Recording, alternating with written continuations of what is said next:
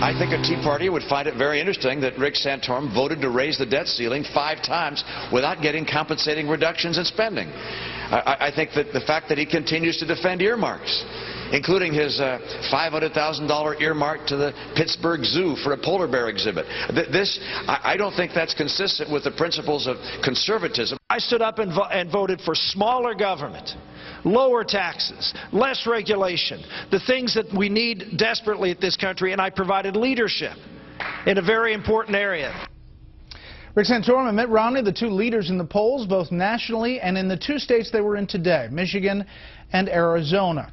Let's take a look at the latest polls. In Arizona, a PPP poll out has Romney up 3 points right now. Another poll today has him up 4 points. The Real Clear Politics average of polls, of all the recent Arizona polls, has Romney, as you see, up about 7 points, 6 and change. In Michigan, Santorum up 4 points in the Rasmussen Reports poll. This is the new poll out, and the Real Clear Politics average has it very close, 33.5 to 32%. And there you see the other 2 candidates. With that, we'll start there. Let's bring in our panel. Steve Hayes, senior writer for the Weekly Standard. Mara Liasson, national political correspondent of National Public Radio. And David Drucker, reporter for Roll Call. Okay, David, they're going back and forth. Mitt Romney has sharpened his attack on Rick Santorum. And he's obviously spending a lot of money attacking Rick Santorum, specifically on spending. Is it sticking, and is it having an effect? Well, I think we're going to find out by next week, and I think the debate tomorrow night will be crucial in terms of how Mitt Romney makes his argument directly in a very national forum. I think that if you're Mitt Romney and you're going to go after Rick Santorum, this is the fertile ground to go after. It's not the same as going after Newt Gingrich, where you had a lot of personal ethical things, that it was a much better matchup for Romney, and it was a much starker sort of obvious attack that made a lot of sense when you really thought about it. But there is ground to hit Santorum on, and that is that despite the fact that you can't argue that he's been a conservative Republican for the balance of his public life, elected and then a few years after, he did support a lot of government spending and earmarks and the sorts of things that were very in favor when he was in office, including under a Republican president, but have fallen out of favor under Republicans lately and under the Tea Party. And so I think it's a smart attack. Will it work? I mean, we're going to find out. Clearly the polls have started to shift as this race has tightened up. But will it be enough? That's the question. And Mara, Romney's best friend is Ron Paul. Right His now, new ad, right take a now. listen. Is this dude serious? Fiscal conservative? Really? Santorum voted to raise the debt ceiling 5 times, doubled the size of the Department of Education, then supported the biggest entitlement expansion since the 60s. Not groovy. That's a Ron Paul ad, and they all have that kind of flavor. Mitt Romney wishes he could run that ad, but he doesn't have to, because Ron Paul is doing it for him. Ron Paul is making Romney's argument. As David pointed out, there's not a lot of other arguments to make. This is it. This is all they've got against Rick Santorum. They can't argue on the social issues or say he's too conservative to win a general election, even though he might be, because you can't hit him from the left. But Ron Paul is really helping Romney. As long as he's out there splitting the anti-Romney vote with Rick Santorum, he's a real barrier. And the fact that he's absolutely repeating the Romney talking points on this, and he's perhaps more credible on this issue than anyone else, because I don't know if he's ever voted for a spending bill. That's helping Romney a lot. And I think that what we are seeing is the beginning of the end of the Santorum surge. The polls are tightening. This is after Romney spent a tremendous amount of money in these states, and I think it is having an effect.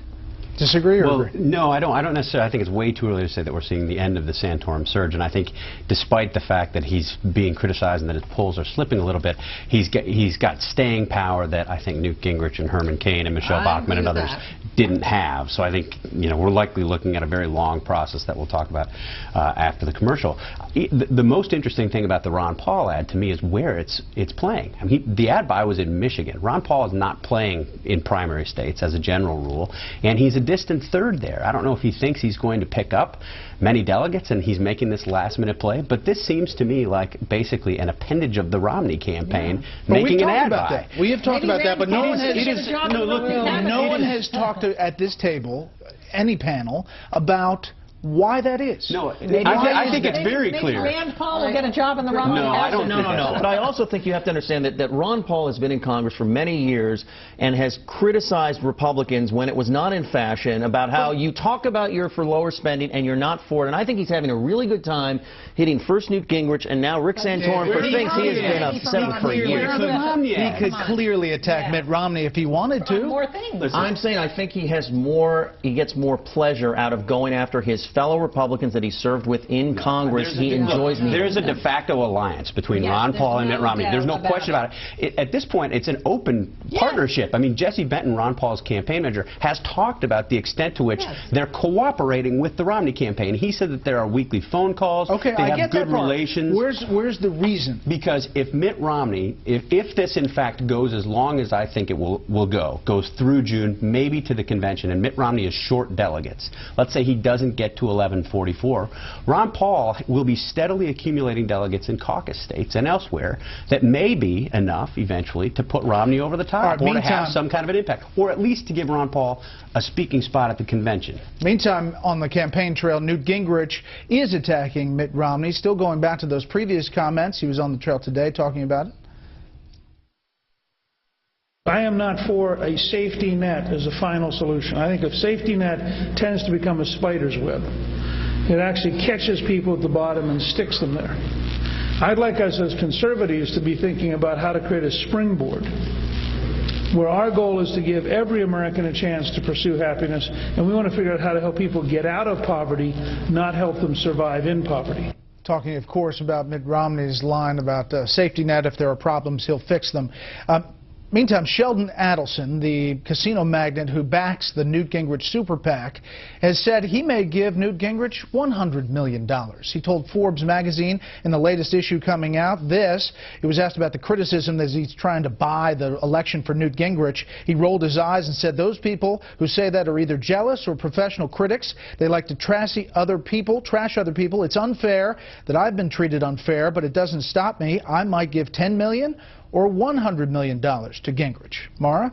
Well, there you have it. You know, free speech means free spending, and he doesn't like being criticized, and he's been a very loyal friend to Gingrich.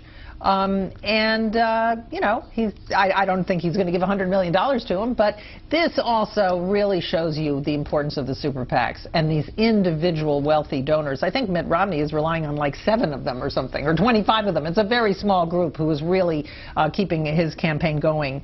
But that is one of the most significant features of this year's campaign. David, what about the bounce-back possibility for Gingrich? I am done ruling Gingrich out. So until we get to the end of this and there's a winner and there's a loser, I wouldn't take him for granted. I will say this. I think we'll know a lot more about his prospects after Super Tuesday. You start to get some of the southern states voting. And if he can gain traction there, then he's still really in the ball game. And if he can't, we might really start to look at this as a race that he's still in but not a major factor. But I've been wrong already twice, and I'm not. We'll leave it there then. Let me just take real quick before the break show these fundraising numbers. First, for Mitt Romney in January 2012, he raised about $6.5 million. He spent $18.7 million. A lot of that anti-Gingrich ads. Cash on hand, you see a little bit more than $7.5 million. Then Santorum in January raised $4.5 million, spent $3.3 roughly. Cash on hand $1.4. We won't go down the rest, but there you get a sense of the money game. Next up, as we mentioned, will one of the candidates